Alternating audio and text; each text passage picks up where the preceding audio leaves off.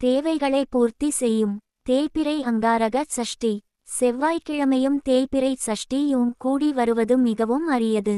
செவ்வாய்க்கிழமை முருகனுக்கு உகந்த நாளாகும். அந்த நாளில் சஷ்டியும் தேய்பிறையும் இணைந்து வருவது மிகவும் அரியது.